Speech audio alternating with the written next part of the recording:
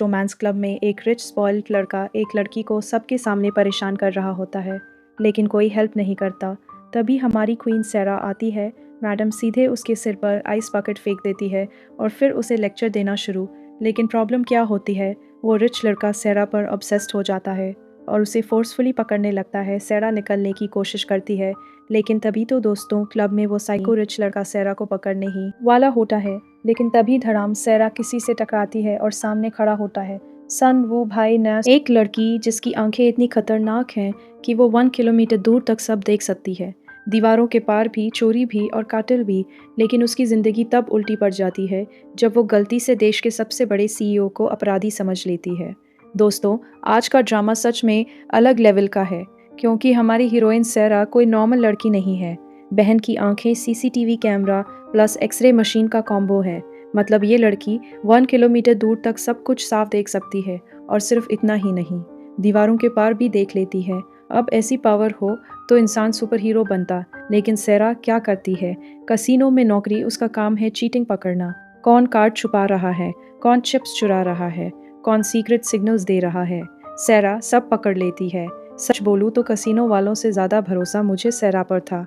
एक दिन सैरा कसीनो में लोगों को ऑब्जर्व कर रही होती है, तभी उसे एक आदमी दूसरे प्लेयर की चिप चुराते हुए दिखता है। सैरा तुरंत सिक्योरिटी बुलाने ही वाली होती है कि तभी एंट्री होती है एक मिस्टीरियस वाइट सूट वाले आदमी की। भाई पूरा ड्रामा हीरो लग रहा था वो।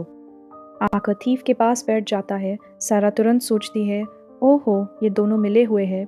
फिर क्या मैडम तुरंत सिक्योरिटी बुला लेती है। दोनों को एक रूम में बंद कर दिया जाता है। लेकिन तभी सैरा नोटिस करती है कि वाइट सूट वाले आदमी की दाढ़ी और बाल नकली है। सैरा शॉक, हे भगवान, ये तो पूरा क्रिमिनल निकला। लेकिन सबसे बड़ा ट्विस्ट अभी बाकी था। जिस आदमी को सारा क्रिमिनल समझ रही थी, वो एक्चुअली सन वू था, देश की सबसे बड़ी कंपनी का यंगेस्ट सीईओ। अब सुनो असली कहानी। 20 साल पहले सन वू की माँ को एक बहुत कीमती नेकलेस मिला था, जिसका नाम था टीयर्स ऑफ द क्वीन। लेकिन नेकलेस मिलने के कुछ समय बाद उनकी बेरहमी से हत्या कर दी गई। कातिल कभी पकड़ा नहीं गया और नेकलेस भी गायब हो गया। लेकिन सालों बाद वही नेकलेस अचानक ऑक्शन में दिखाई देता है। सन वू को लगता है कि शायद इसी नेकलेस से उसकी माँ के मर्डर का सच जुड़ा है, इसलिए वो डिस्गाइज पहनकर सीक्रेटली ऑक्शन में घुस जाता है। लेकिन ऑब्वियसली ड्रामा में सब इजी थोड़ी होगा। सिक्योरिटी उसे पकड़ लेती है और फिर भाई साहब एक्शन मोड में आ जाते हैं। ये आदमी सूट पहन जॉन विक बन गया, एक एक गार्ड को ऐसे गिरा रहा था जैसे प्रैक्टिस चल रही हो। फाइनली वो सीक्रेट डॉक्यूमेंट रूम तक पहुंच जाता है, लेकिन नेकलेस बेचने वाले की जानकारी नहीं मिलती। तभी वहाँ एक क्यूट पपी आ जाता है और ऑनेस्टली मुझे उस पपी पर सबसे ज़्यादा भरोसा था। पपी की ओनर भी वहीं होती है और वो सीक्रेटली गन निकाल लेती है। लेकिन सन वो पहले ही गन से सारी बुलेट्स निकाल चुका होता है। आईक्यू देखो बंदे का। फिर सन वो वहाँ से भागने की कोशिश करता है, लेकिन उसकी कार गायब। और मजबूरी में क्या करता है, सारा की पिंक स्कूटर चुरा लेता है। गाइस इमेजिन करो, एक डेंजरस सीईओ पूरा ब्लैक सूट और पिंक स्कूटर पे भाग रहा है। मैं होती तो हंसते हंसते वहीं गिर जाती। उधर सैरा भी उसके पीछे फुल एंग्री मोड में भाग रही होती है। सिक्योरिटी सारे एग्जिट्स बंद कर देती है। अब सन वो रूफ टॉप पर पहुंच जाता है और फिर भाई लिटरली बिल्डिंग से जंप मार देता है सारा। ये इंसान है या स्पाइडरमैन, लेकिन नीचे गार्बेज ट्रक खड़ा होता है और सन वो सेफली उसमें लैंड कर जाता है। बाद में सैरा को पता चलता है कि जिस आदमी को उसने क्रिमिनल समझा था, वो एक्चुअली कोरिया का फेमस सीईओ है। अब उसे गिल्ट होने लगता है, लेकिन स्टोरी यही खत्म नहीं होती, क्योंकि उसी समय एक मर्डर केस में सोनवू प्राइम सस्पेक्ट बन जाता है। सोनवू उस आर्टिस्ट के घर गया था जिससे नेकलेस चोरी हुआ था, लेकिन वहां पहुंचते ही उसे खून से भरा कमरा दिखता है। पुलिस भी वहीं पहुंच जाती है और सोनवू को सस्पेक्ट मान लेती है। थैंकफुली उसके खिलाफ कोई प्रूफ नहीं होता, इसलिए उसे छोड़ दिया जाता है। अब सैरा को याद आता है कि मर्डर वाली रात उसने एक आदमी को बड़ा सूटकेस घसीटते हुए देखा था, मतलब असली किलर कोई और है। फिर सैरा और सोनवू एक डील करते हैं। सैरा बोले मैं तुम्हारी मदद करूंगी असली किलर ढूंढने में, और सोनवू बोले ठीक है, लेकिन तुम मेरे साथ काम करोगी। और ऑनेस्टली यहीं से दोनों की केमिस्ट्री शुरू हो जाती है। एक तरफ कोल्ड हैंडसम सीईओ और दूसरी तरफ नॉनस्टॉप बोलने वाली चेओटिक लड़की, परफेक्ट कॉम्बो। अब सैरा अपनी पावर साबित करती है। वो बहुत दूर लगा कैमरा नोटिस कर लेती है। फिर सोनवू का हज हैकर दोस्त जिन मो फुटेज निकालता है और उसमें वही आदमी दिखता है जो बड़ा सूटकेस लेकर जा रहा था। अब सनवू को यकीन हो जाता है कि सैरा सच में सुपर ह्यूमन है, इसलिए वो उसे ऑफिशियली डिटेक्टिव असिस्टेंट बना देता है। अब टीम बन चुकी थी, स्मार्ट सीईओ सुपर पावर, लड़की हैकर बेस्ट फ्रेंड, पूरी स्कूबी डू गैंग इन्वेस्टिगेशन करते करते उन्हें पता चलता है कि मर्डर्ड आर्टिस्ट का एक सीक्रेट बॉयफ्रेंड था और दोनों एक नाइट क्लब जाया करते थे। इसलिए सनवू और सेरा भी अंडर कवर होकर क्लब पहुंचते हैं और गाइस सनवू खुद सेरा के गले में एक्सपेंसिव नेकलेस पहनाता है। टेंशन के बीच रोमांस क्लब में एक रिच स्पॉइल्ड लड़का एक लड़की को सबके सामने परेशान कर रहा होता है, लेकिन कोई हेल्प नहीं करता। तभी हमारी क्वीन सेरा मैडम सीधे उसके सिर पर आइस बकेट फेंक देती है और फिर उसे लेक्चर देना शुरू। लेकिन प्रॉब्लम क्या होती है, वो रिच लड़का सेरा पर ऑब्सेस्ड हो जाता है और उसे फोर्सफुली पकड़ने लगता है। सेरा निकलने की कोशिश करती है, लेकिन तभी तो दोस्तों क्लब में वो साइको रिच लड़का सेरा को पकड़ने ही होता है। लेकिन तभी धड़ाम सेरा किसी से टकराती है और सामने खड़ा होता है। सन वो भाई नया सूट पहनकर ऐसे आया था जैसे के ड्रामा का फाइनल हीरो एंट्री हो। असल में जिन्मो सीसीटीवी से सब देख रहा था, उसे पता चल गया था कि सेरा डेंजर में है। लेकिन क्लब में एंट्री इतनी आसान नहीं थी, इसलिए सून वू को जल्दी से कपड़े बदलकर अंदर आना पड़ा और फिर वो सीधे सेरा का हाथ पकड़कर उसे वहाँ से बाहर ले जाता है। अब यहाँ सीन थोड़ा रोमांटिक हो जाता है। सेरा धीरे धीरे सून वू के करीब आने लगती है और हमारा सीईओ बेचारा नर्वस, उसके चेहरे पर क्लियरली लिखा था, क्या ये मुझे किस करने वाली है। लेकिन सेरा अचानक पूछती है, तुम क्या सोच रहे हो। भाई का पूरा सिस्टम क्रैश। असल में सेरा ने दूर किसी आदमी को सीक्रेटली वीडियो बनाते हुए देख लिया था। वो तुरंत सून वू को पकड़कर बताती है, लेकिन सून वू को कुछ नहीं दिखता। उसे लगता है सेरा ओवर रिएक्ट कर रही है। फिर भी वो जाकर उस सस्पिशियस आदमी का मास्क खींच देता है और बूम, उसके अंदर हिडन कैमरा निकलता है। वो आदमी भागने की कोशिश करता है, लेकिन सेरा उसे पैर अड़ा के गिरा देती है। जब मास्क उतरता है तब पता चलता है कि वो आर्टिस्ट का मैनेजर है और भाई प्रोफेशनल क्रिमिनल वाइब्स दे रहा था। थोड़ी पूछताछ के बाद वो सच उगल देता है। उसका बॉस सीक्रेटली फीमेल आर्टिस्ट की बिना कपड़ों वाली वीडियोस बनवाता था, फिर उन वीडियोस से ब्लैकमेल करता था और इस बार उसका मिशन था सेरा और सोनवू का स्कैंडल वीडियो बनाना, ताकि सोनवू को कॉन्ट्रैक्ट साइन करने के लिए फोर्स किया जा सके। भाई ये लोग बिजनेस कम क्राइम ज़्यादा कर रहे थे। अब सोनवू फुल एंग्री मोड में चला जाता है। वो मैनेजर के फ़ोन से बॉस को मैसेज भेजता है, हम पकड़े गए हैं। सोनवू बाकी वीडियोस भी ढूंढ रहा है। जैसे ही बॉस मैसेज पढ़ता है, वो पैनिक में मेमोरी कार्ड निगलने की कोशिश करता है, लेकिन कार्ड उसके गले में फंस जाता है। अब इमेजिन करो, एक तरफ क्रिमिनल मरने वाला है और दूसरी तरफ सोनवू और जिन्मो उसका गला दबा दबा के कार्ड बाहर निकालने की कोशिश कर रहे हैं, लेकिन कुछ नहीं होता। तब सेरा हीरो बनती है। वो proper first aid technique use करती है और फाइनली मेमोरी कार्ड बाहर निकल आता है। म्यूकस के साथ सेरा बिना डरे कार्ड उठाकर सोनवू को दे देती है और सोनवू का फेस, ये लड़की इंसान है या मशीन। उधर पुलिस को भी क्लू मिल जाता है। सेरा की दी हुई जानकारी से सस्पेक्ट की कार मिल जाती है। कार के अंदर गन भी मिलती है और तुरंत डीएनए टेस्ट शुरू हो जाता है। अब तीनों घर जाकर वीडियोस चेक करते हैं। वीडियो में मर्डर्ड आर्टिस्ट एक स्पेशल ब्रेसलेट पहने दिखती है जो बच्चों के कैंसर ऑर्गेनाइजेशन का था। और सेरा एक और चीज़ नोटिस करती है, एक क्रिसमस ट्री की चेन जो स्टॉकर के बैग पर लगा था। मतलब वही आदमी मर्डर वाली रात आर्टिस्ट के घर आया था। लेकिन फ़नी बात क्या थी, सोनवू और जिन्मो जूम करके भी की चेन नहीं देख पाए। सेरा कैजुअली देख लेती है। अब दोनों को लगने लगता है कि ये लड़की सच में सुपर ह्यूमन है। लेट नाइट सेरा घर जाने लगती है, तभी सोनवू उसे रोकता है। सेरा सोचती है, ओहो शायद थैंक यू बोलेगा, लेकिन भाई क्या बोलता है, नेकलेस वापस करो। इतना रिच होकर भी फुल कंजूस सेरा मन मारकर नेकलेस उतार देती है और जब उसे पता चलता है कि नेकलेस की कीमत 1 बिलियन वॉन है, मैडम ता तुरंत अपना गला पकड़ लेती है। घर पहुंचते ही नई शौक हो जाती है, तो लग्जरी ड्रेस पहनकर कहाँ से आई, क्योंकि सेरा का ड्रेस उसकी आधी साल की सैलरी जितना महंगा था। लेकिन सेरा ड्रीम मोड में थी। वो बोलती है, आज मेरी ज़िंदगी का सबसे एक्साइटिंग दिन था। और ऑनेस्टली बहन सीक्रेटली सनवू पे फिसल चुकी थी। अगले दिन सनवू सीक्रेटली सेरा की पावर टेस्ट करता है। वो रूफटॉप पर जाकर कॉल करता है और बोलता है, अगर सच में दूर देख सकती हो तो बिल्डिंग के ऊपर क्या लिखा है बताओ। सेरा ग्लासेस उतारती है और सही आंसर दे देती है। अब सनवू का दिमाग घूम जाता है। फिर वो उसे और टेस्ट करने के लिए प्रिटेंड करता है कि वो गिर गया। सेरा ज़ोर से चीख पड़ती है। तभी सनवू समझ जाता है, ये लड़की सच में मेरी हर मूवमेंट देख सकती है और वही डिसाइड करता है, अब ये मेरी असिस्टेंट बनेगी। अब इन्वेस्टिगेशन और इंटेंस हो जाती है। सनवू नोटिस करता है कि उसकी सेक्रेटरी के हाथ में वही ब्रेसलेट है जो मर्डर्ड आर्टिस्ट पहनती थी। फिर पता चलता है कि ब्रेसलेट कैंसर बच्चों की चैरिटी से जुड़ा था और सस्पेक्ट का बेटा भी उसी लिस्ट में था।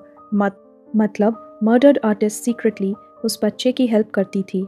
इधर नीचे शॉप में प्रमोशन चल रहा होता है। पूरा सनवो की कंपनी का स्टाफ आ जाता है। अब प्रॉब्लम ये थी कि अगर सनवो नीचे गया तो सब पहचान लेंगे। जिन्मो कॉन्फिडेंस में बोलता है, मैं संभाल लूँगा। लेकिन भाई 2 मिनट में डिज़ास्टर कर देता है, ब्रेड गिरा देता है, बलून तोड़ देता है, कस्टमर्स भगा देता है। फाइनली सेरा को आकर सिचुएशन संभालनी पड़ती है।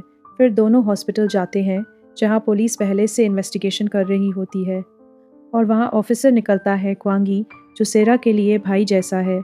तो दोनों तुरंत कॉर्नर में छुपकर स्पाइंग करने लगते हैं। नर्स बताती है कि सस्पेक्ट बाहर से बहुत अच्छा इंसान लगता था, लेकिन अपने बेटे को सीक्रेटली अब्यूज़ करता था और अपनी वाइफ को भी मारता था। इतना टॉक्सिक आदमी था कि उसकी वाइफ घर छोड़कर भाग गई। पुलिस उसके घर सर्च करती है और वहाँ बहुत सारा खून मिलता है। अब मामला और डेंजरस हो जाता है। इधर जिन्मो की प्लानिंग से सेरा हॉस्पिटल में एडमिट होती है, लेकिन रूम वाले लोग सनवो और सेरा को न्यूली मैरिड कपल समझ लेते हैं और सनवो भी बिना शर्माए बोल देता है, हाँ हम न्यूली वेड्स हैं भाई, मौका नहीं छोड़ रहा था। तभी एक बूढ़ी रूममेट सेरा को साइड में ले जाकर बोलती है, अपने हस्बैंड पर नज़र रखो, पीडियाट्रिक वार्ड वाले अंकल का नर्स के साथ अफेयर चल रहा है। और तभी सेरा को याद आता है उस नर्स का कनेक्शन मर्डर केस से भी हो सकता है।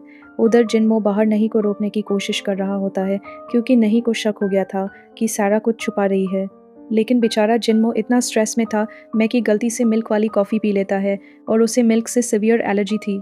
रिजल्ट, भाई सीधा ज़मीन पर गिर जाता है। अब सेरा और सनवो हॉस्पिटल पहुंचते हैं और नहीं फुल एंग्री मोड में पूछती है, तुम लोग आखिर कर क्या रहे हो? और वहीं कहानी और भी मैसी होने लगती है। तो दोस्तों, हॉस्पिटल वाला पूरा सीन अब और भी फ़नी बनने वाला था। जब नहीं को कंफर्म हो गया कि सेरा बिल्कुल ठीक है, तब वो फाइनली घर चली जाती है। अब सनवो सोच रहा था, बस अब आराम से सोऊंगा, लेकिन तभी रूम वाली बूढ़ी आंटी की नज़र उन दोनों पर पड़ जाती है, क्योंकि सबको लगता था कि दोनों हस्बैंड वाइफ हैं।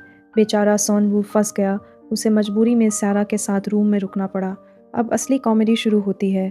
अगली सुबह बूढ़ी आंटी कर्टन हटाती है और सामने का सीन देखकर शॉक सनवो आराम से बेड पर सो रहा था और हमारी बीमार सेरा फोल्डिंग बेड पर। आंटी तुरंत गुस्से में, वाह रे निकम्मे पति, खुद बेड पर सो रहा है, और बीवी को नीचे सुलाया। सनवो का चेहरा देखने लायक था। वो जल्दी से सेरा को उठाता है, लेकिन बूढ़ी आंटी और ज़्यादा डांटना शुरू। फिर ब्रेकफास्ट आता है। इस बार सनवो स्मार्ट बनने की कोशिश करता है। वो खुद टेबल सेट करता है, लेकिन आंटी फिर भी बोलती रहती है। सेरा को भी मौका मिल जाता है। रिवेंज लेने का वो ड्रामा शुरू कर देती है। आह, मेरा हाथ नम हो गया। और जैसा उसने सोचा था, आंटी तुरंत सनवो से बोलती है, अपनी वाइफ को खाना खिलाओ। भाई का एक्सप्रेशन अब इमेजिन करो, कोल्ड सीईओ, पूरे एटीट्यूड वाला इंसान अपनी फेक वाइफ को बीफ खिला रहा है। और सेरा जानबूझकर एक्स्ट्रा परेशान कर रही थी, मुझे मीट चाहिए। सनवो अंदर से, हे भगवान, मैंने कौन सा पाप किया? जैसे ही सनवो बाहर निकलता है, उसे सेक्रेटरी होंग दिखाई देता है और भाई ऐसे डर जाता है जैसे स्कूल में प्रिंसिपल दिख गया हो। सेक्रेटरी होंग उसके पीछे भागने लगता है और सनवो सीधे सेरा के पास भागता है। सेरा उसे अपनी तरफ दौड़ते देख ऑलमोस्ट बेहोश। फिर सनवो उसका मुंह बंद करके दोनों भाग जाते हैं। किसी तरह वो लोग बच निकलते हैं। अब इन्वेस्टिगेशन फिर सीरियस हो जाती है। तीनों को शक होता है कि नर्स शिम सस्पिशियस है, क्योंकि मर्डर वाली रात वो ड्यूटी पर नहीं थी। लेकिन बाद में पता चलता है कि उस रात वो लैटिन डांस क्लास ले रही थी, मतलब उसका एलिबाई स्ट्रॉन्ग था। तभी सारा एक और क्लू नोटिस करती है। एक नर्स के पेन पर वही कीचेन था जो सस्पेक्ट के बैग पर था, और पूछने पर पता चलता है वो हेड नर्स का है। अब सनवो को याद आता है हेड नर्स ने झूठ बोला था। उसने कहा था कि वो पूरी रात हॉस्पिटल में थी, लेकिन एक्चुअली वो 2 घंटे पहले चली गई थी। मतलब रियल सस्पेक्ट वही थी। उधर जिन्मो भी बड़ा क्लू निकाल लेता है। हेड नर्स की कार के ट्रंक में वही सूटकेस मिलता है और कार नेविगेशन से उसके सीक्रेट लोकेशंस भी पता चल जाते हैं। अब तीनों उसका पीछा करने लगते हैं। हेड नर्स सीक्रेटली फ़ोन पर किसी से बात कर रही होती है। सारा अपनी सुपरविजन से उसका नंबर याद कर लेती है। फिर वो लोग सीक्रेटली उस नंबर पर कॉल करते हैं, और जैसे ही दूसरी तरफ की आवाज़ सनवो सुनता है, उसकी आंखें बड़ी हो जाती है। भाई तुरंत फ़ोन काट देता है। तभी हेड नर्स पीछे मुड़कर उन्हें देख लेती है और फिर शुरू होता है फुल चेस सीन। लेकिन हॉस्पिटल में इतने लोग होते हैं कि वो उसे खो देते हैं। पर यहाँ सेरा की पावर काम आती है। हेड नर्स ने कोट बदल लिया, हैट पहन ली, लेकिन सेरा फिर भी उसे पकड़ लेती है। सेरा अकेले उसका पीछा करते हुए स्टोर रूम में पहुंच जाती है, लेकिन जैसे ही अंदर जाती है, हेड नर्स उसे एनेस्थेटिक इंजेक्ट कर देती है और सेरा वहीं बेहोश। उधर सनवो को ईयरपीस ज़मीन पर मिलता है और उससे समझ जाता है कि सेरा डेंजर में है। वो धीरे धीरे स्टोर रूम में जाता है और सेरा को बेहोश पड़ा देख शॉक हो जाता है। लेकिन तभी हेड नर्स स्टील पाइप लेकर अटैक करती है। हालांकि सनवो उसे आसानी से पकड़ लेता है, लेकिन पीछे से उसे भी आई इंजेक्शन लग जाता है। अब दोनों होश में आते हैं और पता चलता है कि हाथ पैर फी ट्यूब से बंधे हुए हैं। जितना स्ट्रगल करो उतना टाइट। फिर शॉन वो बोलता है, अब सिर्फ एक तरीका है सैरा। सोचती है वो हेल्प के लिए चिल्लाएगा, लेकिन भाई क्या बोलता है, हमें मुंह से नॉट खोलनी पड़ेगी सैरा। हे भगवान, अब सीन इतना ऑकवर्ड हो जाता है कि जिन्मो अंदर आते ही वापस दरवाज़ा बंद कर देता है। वो बोलता है, सॉरी डिस्टर्ब कर दिया। दोनों अंदर से ऑलमोस्ट मर जाते हैं। शर्म से लकीली वो मजाक कर रहा था। अब फाइनली तीनों हेड नर्स के सीक्रेट लोकेशन पर पहुंचते हैं। रास्ते में जिन्मो थ्योरी बताता है कि हेड नर्स और सस्पेक्ट ने पैसे के लिए आर्टिस्ट को मार दिया, लेकिन सन वो बोलता है नहीं, वो अभी जिंदा है क्योंकि उसने फ़ोन में उसकी आवाज़ सुनी थी।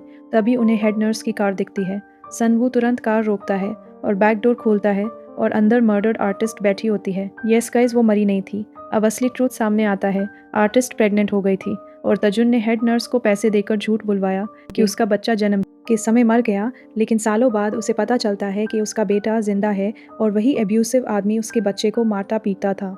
इसलिए आर्टिस्ट रिवेंज लेना चाहती थी। उसने ताजुन के घर से tears of the queen necklace चुराया, लेकिन बाद में नेकलेस उससे भी चोरी हो गया। अब उसे लगा ताजुन उसे मार देगा, तो उसने फेक मर्डर सीन क्रिएट किया। Fake blood, suitcase